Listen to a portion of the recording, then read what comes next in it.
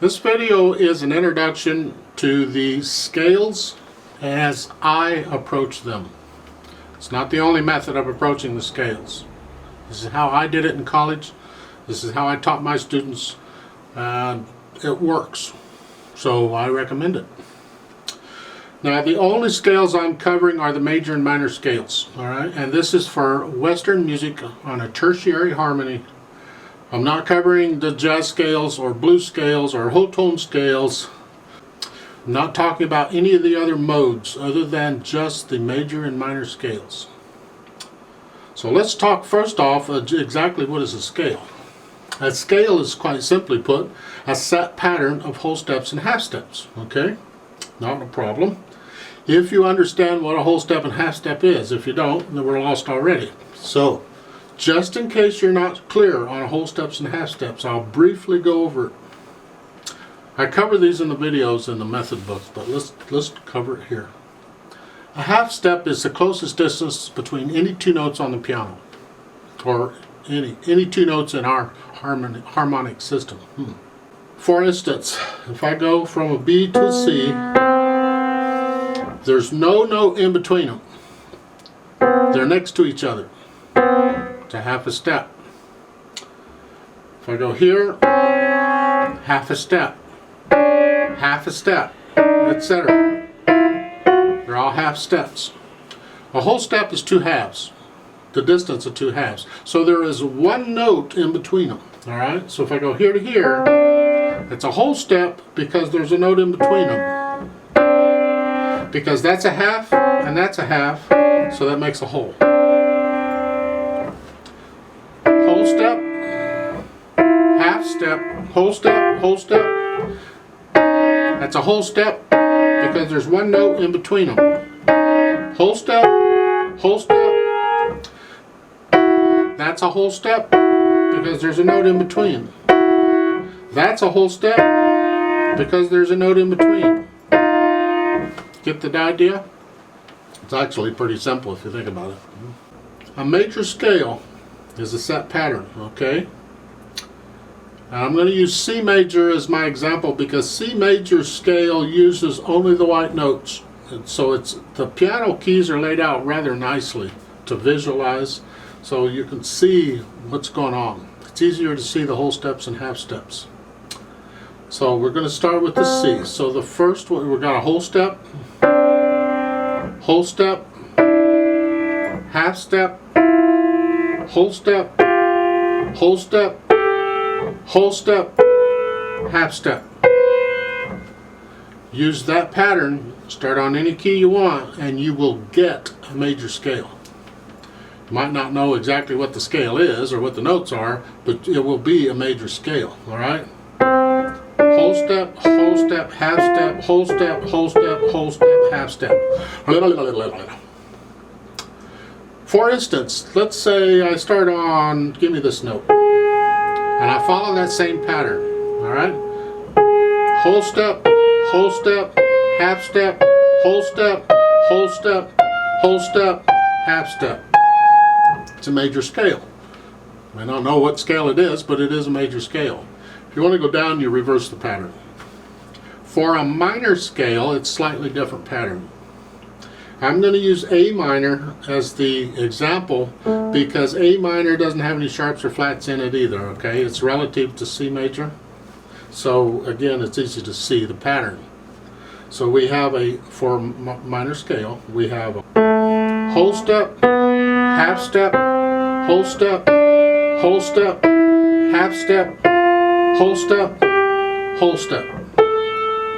That's a minor scale. Start on any note on the piano you want, follow that pattern, you will get a minor scale. Now I'm going to do the harmonic minor. There are three forms of minor. You got natural, harmonic, and melodic, all right? The natural is what I just demonstrated. It's just the natural notes. The harmonic minor raises the seventh step a half. For instance, in A minor, the seventh step is G. If you know your intervals, that's fine. It's an interval of a seventh. The seventh step is like one note down from where you are. Okay, so it's G. I'm simply raising that up a half step. So instead of the G, I'm going to play a G sharp. So I get.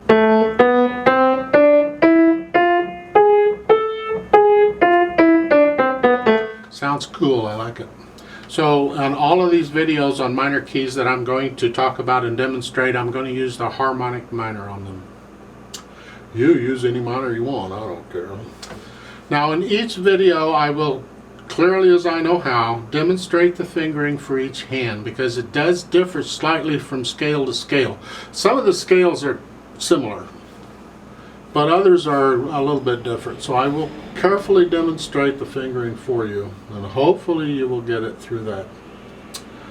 Now the purpose of this approach to doing scales and arpeggios, I'm going to talk about scales now, I'll do arpeggios another time, is twofold. One is you learn the scale and the standard fingering for the scale, and you learn it well, right?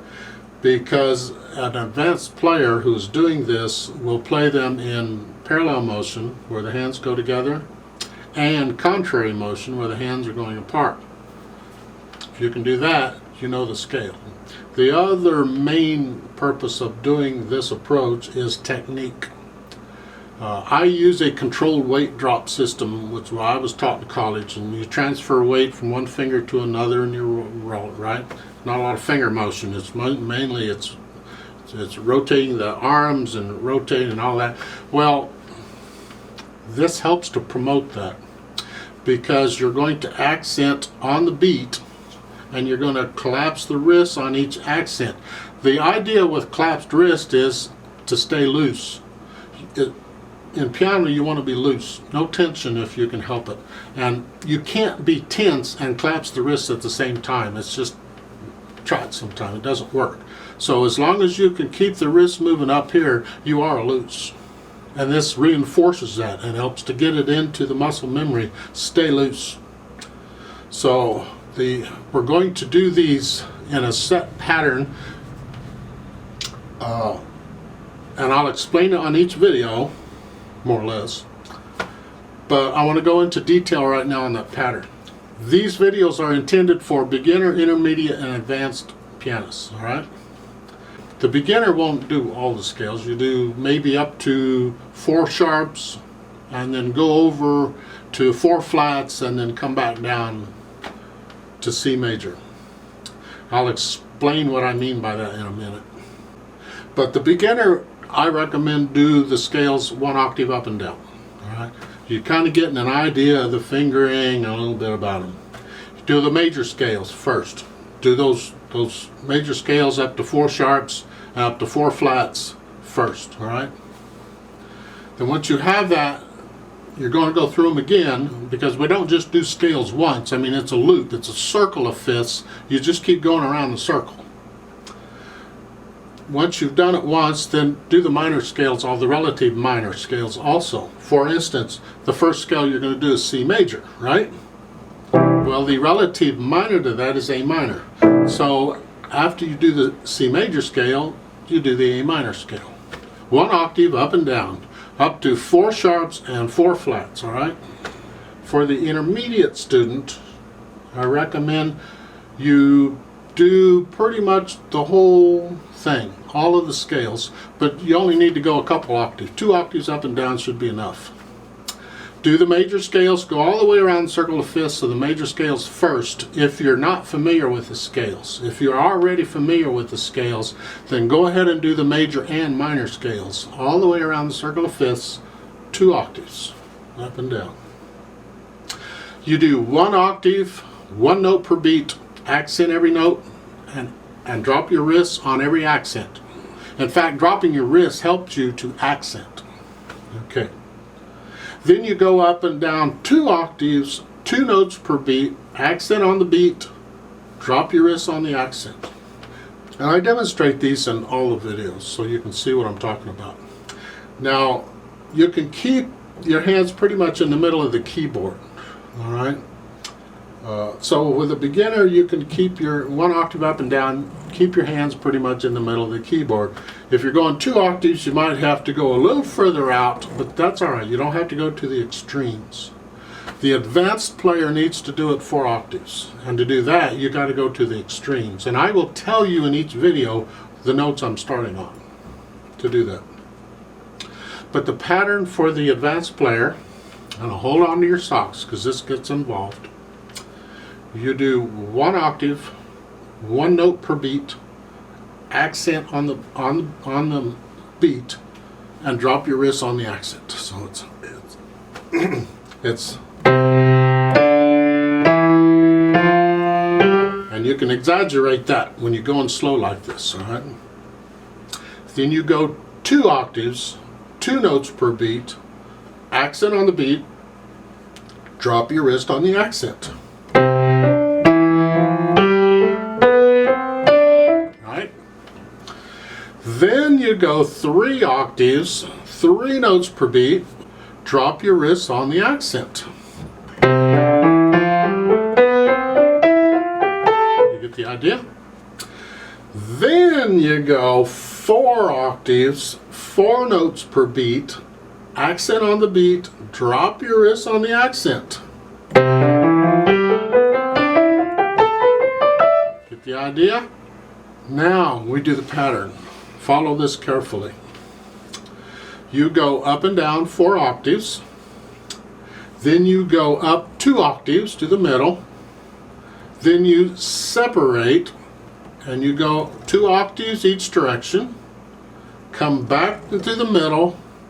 Do that again, separate again, come back to the middle, go up 2 octaves, both hands up 2 octaves, then come back to the middle, separate again, go out 2 octaves each hand, come back to the middle, repeat that again, blah, blah, blah, back to the middle, and then go all the way down. Then to finish it all out and tie it all up, go up 4 octaves and down 4 octaves. Don't speed it up, you'll just mess it up. You'll mess up the technique, you just don't. The purpose of doing this pattern of the 4 octaves and the contrary and the whole bit is to drill it into your muscle memory and to get the technique down. You've got to go slow. I recommend starting your metronome at 40 or 50, real slow, and keeping it there until you have it. Don't be going, I did, in the videos, I'll be doing it at 60. But I've been doing these for a lot of years, and so I go a little quicker. It also helps to make the video a little shorter, right? Don't recommend speeding them up. What you can do, if you want, if you have an electronic metronome that has 1 degree increments, start it at 50, do your C major and A minor, get them, so you've got them. Then when you go to the next scale, a G major and E minor, you might move the metronome up 1 notch to 51. So by the time you've gone all the way around the circle of fifths, you've gone up 12 notches. So if you start at 50, then you'll be at 62. And you really don't need to go much faster than that, because again, the purpose of this is not to go quickly. You will find if you do this slowly and get the fingering down and the technique and the loose wrists and all that, the speed will come. Yeah, it's interesting how it works, but it does. The speed will come. Now, this takes a little practice. It may help you, it may not, but I'll explain it anyway. When you're playing both hands going in the same direction, generally speaking, if you can work on it and get into the habit, it's a good idea, or considered a good idea, to let the lead hand lead and the other hand just follow it. Okay? So when I'm going up the keyboard, I'm doing an ascending scale. Both hands, I'm concentrating on the right hand because it's in the lead. The left hand is just following along. I can't concentrate on both hands. My brain don't work that way. I can't. That's too much for me. But I can concentrate on one hand, and if I can play, if I've got them in muscle memory, then I can let the other hand just follow it. It works very well. It really does. Then going down, a descending part of it, going down, I let the lead hand lead, and that, in this case, the left hand. And I focus on the left hand, and the right hand just follows along. Right? It really works that way. You might give it a try. It takes a little practice to get used to doing that. But if you'll do it as you're doing these scales, focus on the hand that's in the lead, which direction you're going, and see if that doesn't help you out a little bit. Now, when you're going in contrary motions, good luck. Sometimes I have to focus on the left hand if it's a little tricky. Sometimes I have to focus on the right hand to remember which notes, and so I'm kind of going back. I never focus on both hands at the same time. I can't split out that. No, can't do that. Now, let me explain a little bit about what the circle of fifths is. The circle of fifths is simply a way of organizing or ordering the scales. It's not the only way to do it. You can do it any way you want. But I used the circle of fifths in college, and that's what I used when I taught, and it's just a really handy way of handling it. All it is you're starting out with C major that has no sharps or flats, and you're simply either adding a sharp or subtracting a flat until you've covered all the scales. For instance, C major is the first one, no sharps or flats. Then we do G major next because it's got one sharp. Then we do D major next because it's got two sharps. Then A major has three sharps, etc., until we go all the way around. We get eventually into the flats, then we're taking flats away. For instance, E flat has three flats. B flat would be after that. It has two flats. And F major, it was the last one we do, it has one flat. And then after F major, we're back to C major again. As we do these, we also do the minor scales of the same key signature if we're doing minor scales. So when we do C major, then we'll also do A minor. Same key signature, right? And then we go to G major and E minor, etc. Now, it's called the circle of fifths because you're going up a perfect fifth each time. Now, the method books teach intervals, but they don't teach that level of intervals. They only teach what a second or a third or a fourth or a fifth is. They don't get into a major, minor, perfect, augmented, diminished, or none of that. All right.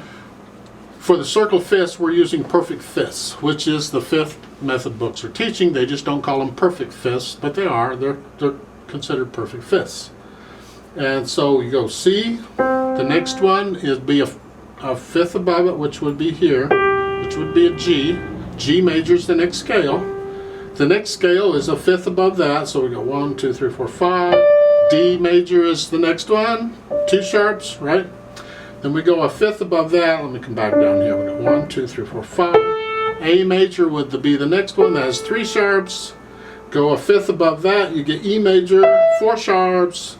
Go a fifth above that, go a fifth above E, and you get a B. B major has five sharps, etc. So we're actually going around a circle of fifths, a circle of perfect fifths. And we cover all the scales doing this. A little bit of a math thing here. You can have up to 7 flats in a key signature, and you can have up to 7 sharps in a key signature, and you can have C major, which doesn't have any sharps or flats. Add those together, you get 15. So there are 15 different key signatures available. And if you're an advanced player, you will eventually run into all of them. Been there, done that. But if you count the notes in an octave, for instance, if I go C to C, it's an octave. If I count all the notes, 1, 2, 3, 4, 5, 6, 7, 8, 9, 10, 11, 12. There's only 12 notes, but there's 15 key signatures. What's going on? The answer is there are 3 scales that have 2 key signatures. Whatever. They share them. And I will explain each of those in the videos. Okay? For instance, the B major has 5 sharps. Okay? Well, on a piano, all of the keys on the piano and the fingering for B major is identical to C flat major. C flat major has 7 flats. But as far as playing it, they're the same. Reading the music is different, but they're the same. So that scale has 2 key signatures. Okay? That one. And D flat major has 5 flats. It has 7 sharps. And finally, G flat major, which is also F sharp major, has 6 flats or 6 sharps, depending on which way you're going. So those 3, don't let them confuse you. As far as playing them, they're identical. And that's what we're after here, because we're not using any written music in this. We're concentrating on the fingers and the keys, and that's it. Now, there's a couple aspects of doing this pattern I'm talking about that's very, very important, okay? Again, this is not a sprint. This is a marathon. You take your time going through this. This pattern is designed to be played slowly. So with this little intro, I will wish you the best of luck in learning your scales, because please do. The whole music thing is based on the scales. If you can get accustomed to playing the scales, then when you get a piece of music with 6 flats in it, you don't worry about it, because you can already play that scale and you're accustomed to playing that key, you know, with the 6 flats or 7 sharps or whatever it is, doesn't matter. You will find it much less difficult to play. Just as I was going to say, you can find it easier to play. Don't know if it's going to be easy, but it will be less difficult to play if you know the scales. So I recommend them. If you were my student, I would require it, but you're not, so I am recommending it.